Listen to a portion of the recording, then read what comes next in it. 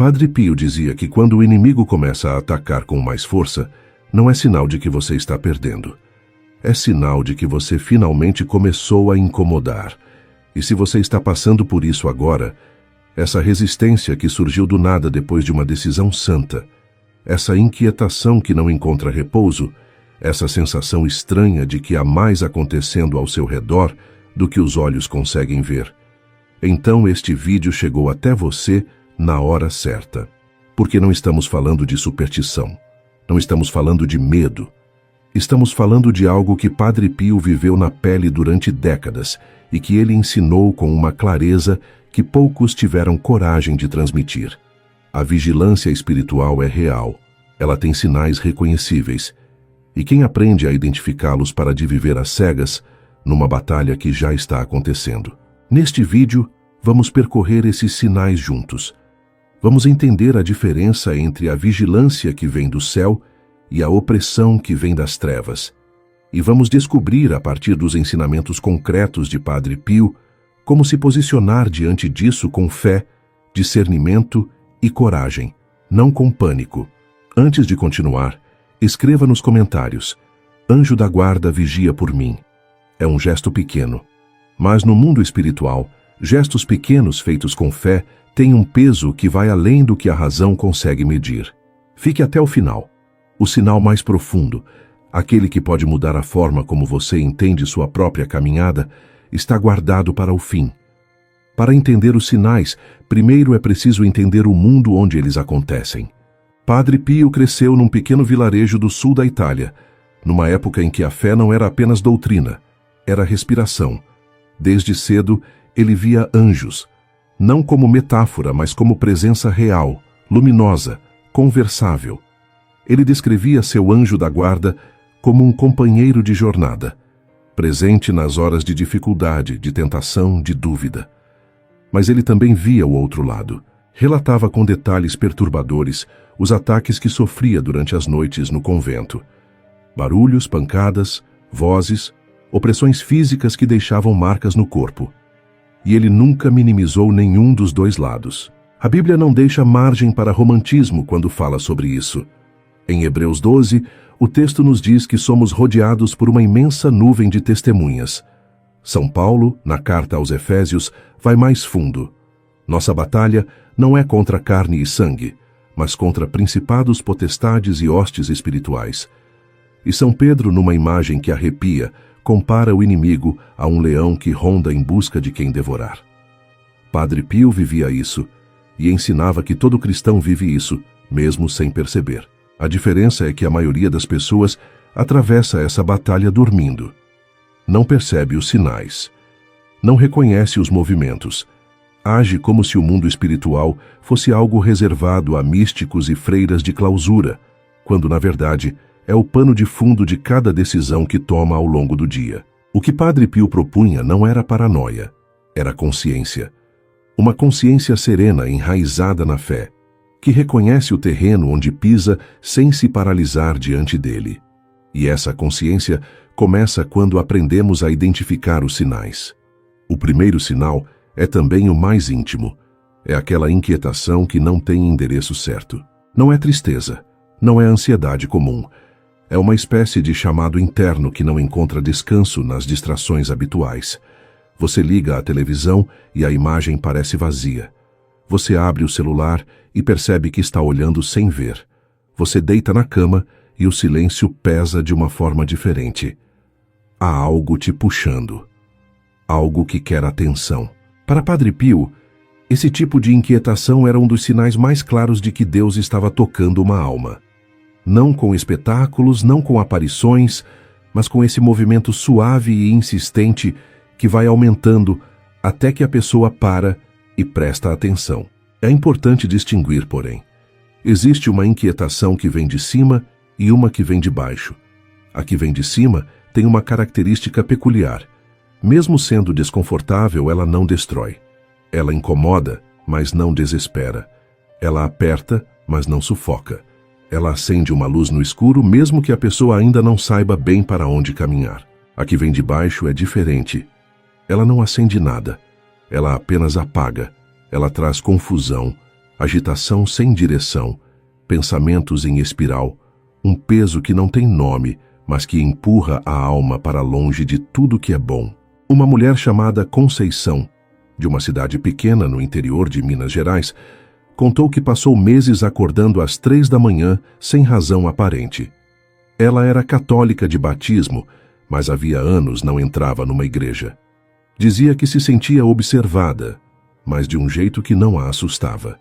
Era mais como uma presença quieta, esperando. Foi numa dessas noites que ela pegou o terço que estava guardado na gaveta há mais de 10 anos e rezou pela primeira vez em muito tempo. Ela disse que não sabe explicar o que aconteceu, mas que o peso do quarto mudou. Algo se moveu naquela noite. Padre Pio dizia que quando uma alma começa a se mover em direção a Deus, mesmo que timidamente, o céu responde. Não com explosões, com presença. Se você tem sentido uma inquietação assim, esse chamado sem forma que insiste em aparecer, talvez valha a pena não afastá-lo desta vez. Agora, há um sinal que confunde muita gente, porque parece paradoxal, parece injusto até. É quando as coisas pioram justamente depois que você decide melhorar. Você decide voltar a rezar o rosário e começa a ter dificuldades com alguém da família. Você decide se confessar depois de anos longe.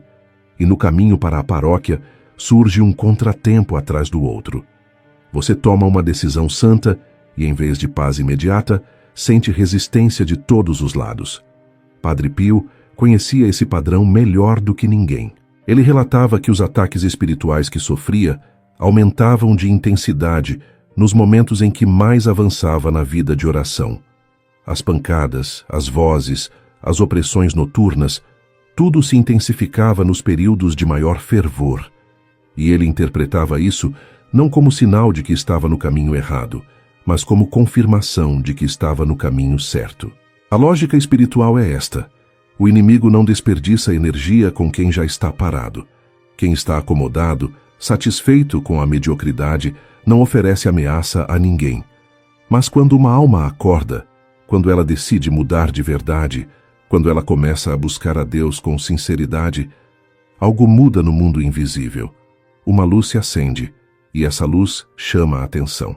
Distrações maiores durante a oração. Pensamentos impuros, surgindo no exato momento em que você decide mudar de vida.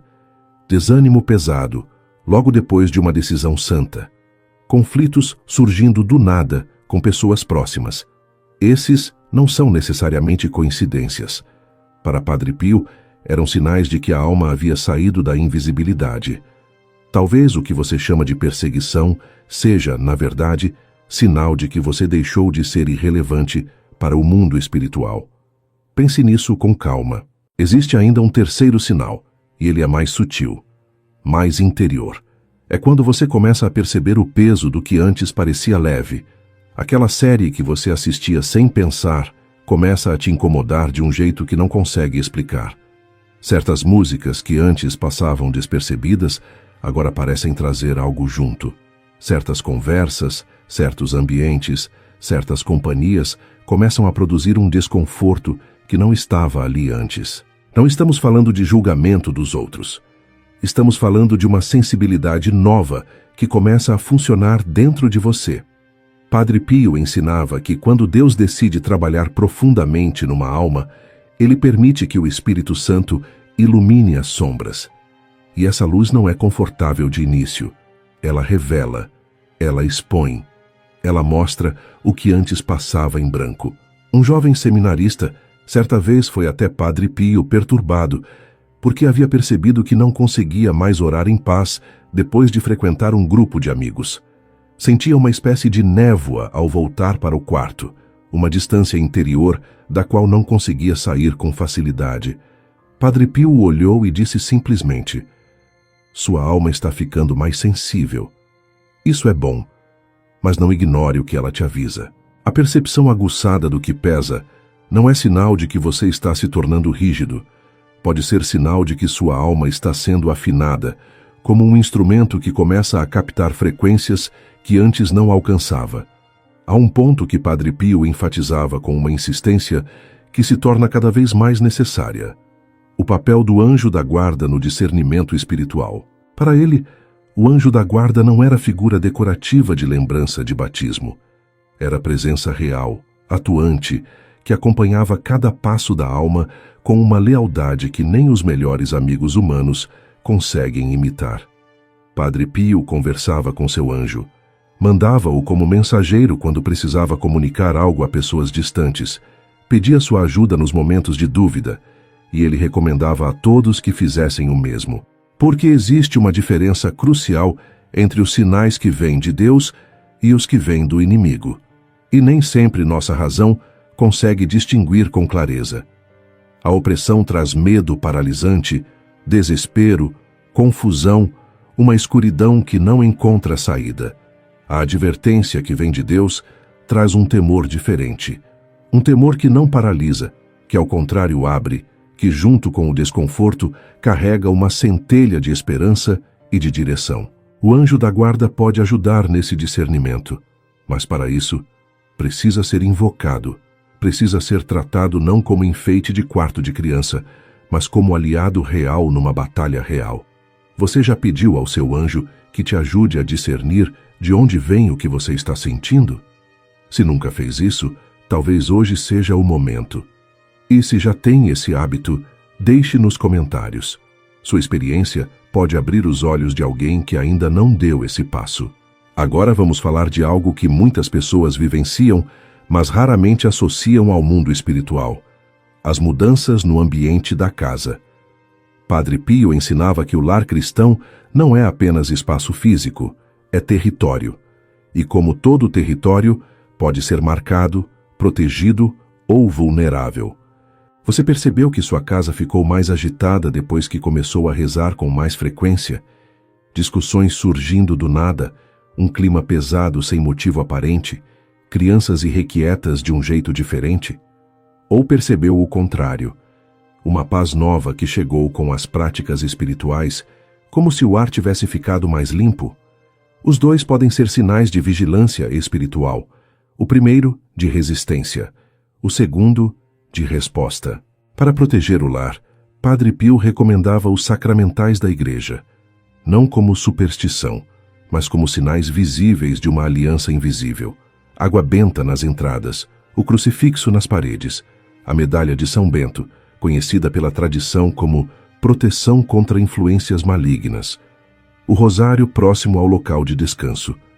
A Bíblia aberta no Salmo 91, aquele que diz: Ele dará ordens a seus anjos a seu respeito, para que te guardem em todos os teus caminhos. Quando você marca seu espaço com sinais de fé, você está fazendo uma declaração. Está dizendo ao mundo visível e ao invisível que aquele território pertence a Deus. E o mundo espiritual reconhece declarações assim. Existe ainda o sinal dos sonhos perturbadores. Não qualquer pesadelo. Sonhos ruins fazem parte da vida e podem ter causas perfeitamente naturais. Estamos falando de sonhos que deixam a alma pesada de uma forma específica. Sonhos que, ao acordar, geram uma distância interior da oração, uma espécie de fumaça que não se dissipa com facilidade. Sonhos que parecem trazer algo junto, um resíduo que o dia demora a limpar. Padre Pio era direto sobre isso. Ao acordar de um sonho assim, não fique deitado ruminando as imagens. Faça o sinal da cruz de forma consciente, como um ato de retomada. Reze 3 Ave-Marias com atenção. Se houver água benta no quarto, use-a. A razão era simples para ele. O mal não suporta a invocação humilde de Maria, não por magia, mas porque ela é o sinal mais eloquente da derrota do inimigo. Ela que foi anunciada como aquela cujo descendente esmagaria a cabeça da serpente. Se esses sonhos começaram ou aumentaram justamente num período em que você intensificou a oração ou tomou decisões espirituais importantes, a coincidência merece atenção. E chegamos agora ao sinal mais profundo, aquele que, quando aparece, muda a forma como você se entende. É quando você percebe que não consegue mais viver como antes. Não é uma resolução de ano novo, não é entusiasmo passageiro de retiro. É algo mais persistente, mais orgânico, uma voz interior que não aceita mais o que antes aceitava sem questionar, uma inquietação que não se aquieta com as mesmas distrações de sempre. um chamado para mais. Mais pureza, mais oração, mais silêncio, mais profundidade. Isso pode ser o Espírito Santo moldando uma alma. Pode também ser o início de uma batalha mais intensa. Muito provavelmente, é as duas coisas ao mesmo tempo. Padre Pio dizia algo que vale guardar. A alma que é chamada para crescer será também a alma mais atacada, não porque Deus a abandona, mas porque Ele a prepara. E aqui está a dimensão que mais surpreende quando paramos para pensar. Sua decisão de rezar pode estar afetando pessoas que você nem imagina. A tradição da Igreja ensina que somos um corpo, que a oração de um membro fortalece os outros, que uma mãe que intercede pode quebrar cadeias que vinham sendo passadas de geração em geração, que um pai que volta à confissão pode abrir portas de graça para filhos que estão se perdendo sem saber por quê. Você já pensou que talvez você esteja sendo observado espiritualmente, não apenas por conta de você mesmo, mas por conta de quem depende das suas orações? Que a batalha ao seu redor pode ter dimensões que ultrapassam sua própria história? Isso não é fardo, é vocação. Diante de tudo isso, a pergunta inevitável é: o que fazer com essa consciência?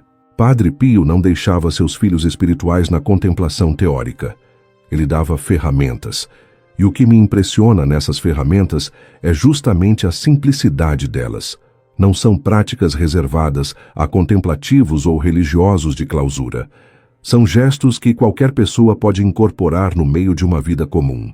Pense num homem que saía cedo para o trabalho e voltava tarde com filhos pequenos e contas para pagar. Padre Pio dizia a esse homem: confesse-se com frequência, não como ritual de vergonha, mas como higiene. Porque o pecado não confessado cria brechas, e brechas são pontos de entrada. A confissão sincera fecha essas portas e restaura o estado de graça, que é o terreno onde Deus opera com mais liberdade numa alma. Pense numa mãe que acorda antes de todos para preparar a casa. Padre Pio dizia a ela: receba a Eucaristia com disposição, não por hábito, mas com a consciência de quem sabe o que está recebendo. Para ele, a missa não era obrigação de domingo, era o centro de tudo. O momento onde o eterno e o cotidiano se tocavam da forma mais concreta possível. E o rosário. Não necessariamente completo todos os dias, mas rezado com atenção verdadeira. Um mistério percorrido devagar, com presença, vale infinitamente mais do que 15 rezados no piloto automático enquanto a mente está em outro lugar. Pequenos gestos no lar. A água benta nas entradas, o crucifixo na parede da sala, a bênção dos alimentos antes das refeições, o sinal da cruz antes de dormir. E ensinar os filhos a rezar, não apenas levá-los à missa, mas mostrar com o próprio exemplo que a oração é conversação, não performance. Que os santos são família, não figuras decorativas. Padre Pio resumia tudo numa frase que se tornou a síntese do seu modo de viver. Reze, espere e não se preocupe. Não porque os problemas não existam, mas porque existe alguém maior que todos eles, e esse alguém não dorme. Então deixa eu te perguntar diretamente, com toda a honestidade que esse assunto merece. Você prefere ser invisível para o mundo espiritual, uma alma que não incomoda nem o céu nem o inferno, ou prefere ser uma alma que importa na batalha, que deixa rastro de luz, que quando sai de um lugar deixa algo de bom? A vigilância espiritual não é sentença de derrota. Não é sinal de perseguição sem saída. Pode ser exatamente o contrário, sinal de que você foi chamado para crescer, para resistir, para ser um ponto de clareza onde há confusão ao redor. Cristo venceu. Isso não é slogan, é fundamento. A Virgem Maria esmaga a cabeça da serpente, não por poder próprio, mas porque carregou em si aquele que é a vitória. São Miguel combate. Os anjos velam. E você, com seu rosário na mão, com sua confissão feita com humildade, com sua oração sussurrada antes de dormir, você não está sozinho nessa batalha. Padre Pio suportou combates que nos pareceriam impossíveis e atravessou todos eles, não pela força da própria vontade, mas porque sabia em quem havia depositado sua confiança, porque não fugia dos sinais, os enfrentava com fé, com os sacramentos, com a intercessão de Maria. Se você tem sentido esses sinais, a inquietação que não cessa, os ataques que aumentaram quando você decidiu mudar, a percepção mais aguçada do que não é bom, a paz diferente que chegou com a oração, os sonhos que pesam de um jeito específico, ou simplesmente essa sensação de que algo maior está acontecendo ao seu redor, não ignore. Preste atenção. Fortaleça-se.